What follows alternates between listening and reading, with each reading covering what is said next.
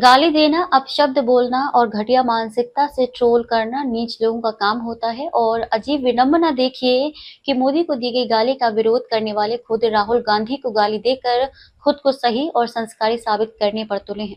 अजीब है, किस घटिया और नीच मानसिकता के लोग हैं ये, जो जिस बात को गलत मानते हैं वो वही खुद करके खुद से ही खुद को हंसी और मजाक का पात्र बना रहे हैं। थू है इन लोगों पर।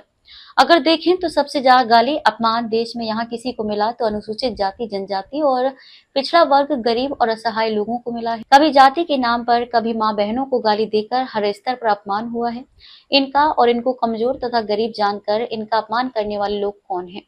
उन तथाकथित फर्जी संस्कारी लोगों को भी सब पहचानते और समझते हैं। जिस मोहम्मद रिजवी और फराजा ने मोदी की मां को गाली थी वो भाजपा का ही पूर्व कार्यकर्ता है।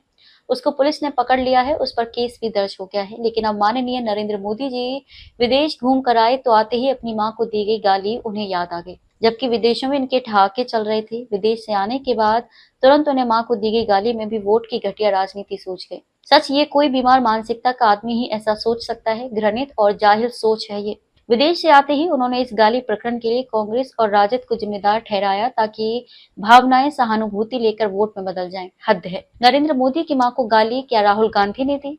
क्या तेजस्वी यादव ने दी? खुद प्रधानमंत्री नरेंद्र मोदी ने राहुल गांधी की मां के लिए क्या क्या बोला? कांग्रेस की विधवा, जर्सी गाय, हाइब्रिड बछड़ा। इसलिए भाषा की मर्यादा पर ज्ञान देने वाले तिलचट्टे चुप ही रहें तो अच्छा है, क्योंकि आज किसी को किसी की सस्ती राय में दिलचस्पी नहीं है। जनता सब जानती है और समझती है। कांग्रेस की विधवा कहा था राहुल की मां को मोदी ने, तब इन जाहिलों के मुंह पर ताला लगा था। तब मर्यादा तेल लेने गई थी, जर्सी गाय बोला मोदी ने, तब बीजेपी नेता हो हो करके हंस रहे थे। 50 करोड़ की गर्लफ्रेंड, खूनी पंजा, सूर्पनखा की हंसी, दीदी ओ दीदी, इनकी सबसे बड़ी नेता भाग जाएगी, वो चुनाव लड़ने की हिम्मत नहीं करेगी। ये टुच्ची भाषा किस महान आत्मा की है, जनता सब जानती है। देश की राजनीति में सबसे ज्यादा गाली बहादुर महिला सोनिया गांधी जी को दी गई, लेकिन कभी किसी ने इन्हें रोते हुए नहीं देखा। कभी इन्होंने सार्वजनिक मंच से रोना नहीं रोया, कभी इन्होंने खुद को दी गई गाली को चुनावी मुद्दा नहीं बनाया। वे जब भी जनता के बीच गई, जनता के दुखों पर बात करने गई। इन्होंने कभी भारत की जनता से नहीं कहा कि मैं आपकी बहू बनकर आई थी, आपके पूर्व प्रधानमंत्री की पत्नी हूँ, क्या आप मुझे गाली दिलवाना चाहते हैं? क्या यही आपके और आपके देश की हजारों साल की संस्कृति है? लेकिन इन्होंने ऐसा नहीं किया। वे खामोश रहकर अपमान के घूंट पी गई, लेकिन रोई नहीं, शिकायत नहीं की। ये होती है बहादुर होने की पहचान। इन्हें गाली किसी गुमनाम ने नहीं, सामने खड़े विरोधी पार्टी के सबसे बड़े नेता नरेंद्र मोदी ने दी, और कई बार ऐसा किया। इन्हें सिर्फ इसलिए गालियां दी गई क्योंकि वे विरोधी दल के नेता नहीं। आज भी सत्ता के पाले हुए वहशी और राक्षसी प्रवृत्ति के लोग इन्हें गंदे शब्दों से नवाजते हैं। आज भी हर दिन सोशल मीडिया पर इन्हें सबसे ज्यादा अपशब्द कहे जाते हैं। इन्होंने या इनके बेटे ने कभी भी सार्वजनिक मंच से आंसू नहीं बहाए। राहुल गांधी पर हजारों करोड़ रुपए फूंके गए, बाकायदा सैकड़ों लोगों की आईटी सेल बनाई गई दिन रात गालियां दिलाने के लिए, किंतु राहुल ने कर्म को कर्तव्य समझा और भारत के हर वर्ग के साथ मोहब्बत से पेश आए और मोहब्बत को ही आगे बढ़ाने की बात की। इनका केवल एक ही लक्ष्य था, गरीब जनता को उनका हक मिले और हर व्यक्ति की भागीदारी सुनिश्चित हो और आने वाली आपदाओं से हमारा भारत देश हमेशा लड़कर आगे बढ़ता रहे। आज देश के कई राज्यों, पंजाब, हिमाचल प्रदेश और जम्मू कश्मीर में बाढ़ आई हुई है। क्या मजाल कि माननीय जी उस पर कुछ बोले। पूरा देश देख रहा है किस प्रकार संविधान पर चोट पहुंचाई जा रही है। वोट चोरी करके लोकतंत्र का चीरहरण किया जा रहा है, लेकिन जनता इस तरफ ध्यान न दे।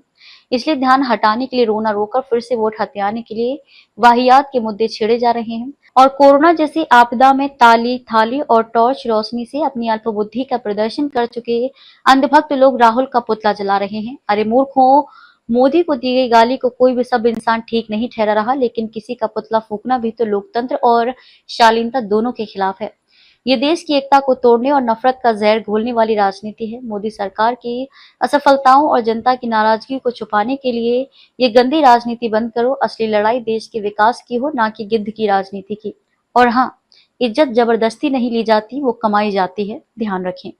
मैंने तो बहुत प्रधानमंत्री देखे हैं। इंदिरा जी को देखा, गोली खाई उन्होंने इस देश के लिए। राजीव गांधी को देखा, शहीद हुए इस देश के लिए। नरसिम्हा राव जी को देखा, मनमोहन सिंह जी को देखा, मेहनत करते हुए दिन रात को इस देश के लिए। लेकिन मैंने पहला ऐसा प्रधानमंत्री देखा है बहनों और भाइयों, पहला देखा है ना, जो आपके सामने आकर रोता है कि मुझे गाली लग रही है, मुझे गाली दे रहे हैं। आपके दुख सुनने के बजाय अपना दुखड़ा आपको सुनाते हैं। और किसी ने उनके ऑफिस में बैठकर एक लिस्ट बनाई है। अरे आपके दुखों की लिस्ट नहीं है वो आपकी समस्याओं की लिस्ट नहीं है। वो ये लिस्ट नहीं है कि किसानों की क्या समस्या है, हमें क्या करना है। वो ये लिस्ट है कि मोदी जी को कितनी बार किसने गाली दी है। कम से कम एक पन्ने पे फिट तो आ रही है। अगर मेरे परिवार को जो गालियां दी हैं इन लोगों ने, हम लिस्ट बनाना शुरू करें तो हम किताब पे किताब छपवा लेंगे।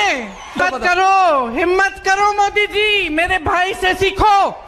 मेरा भाई कहता है गाली क्या, मैं गोली खाऊंगा इस देश के लिए। मेरा भाई कहता है सच्चाई के लिए मैं खड़ा रहूंगा। तुम गाली दो, गोली दो, छुरा मारो, कुछ भी कर लो, घबराओ मत मोदी जी, घबराओ मत।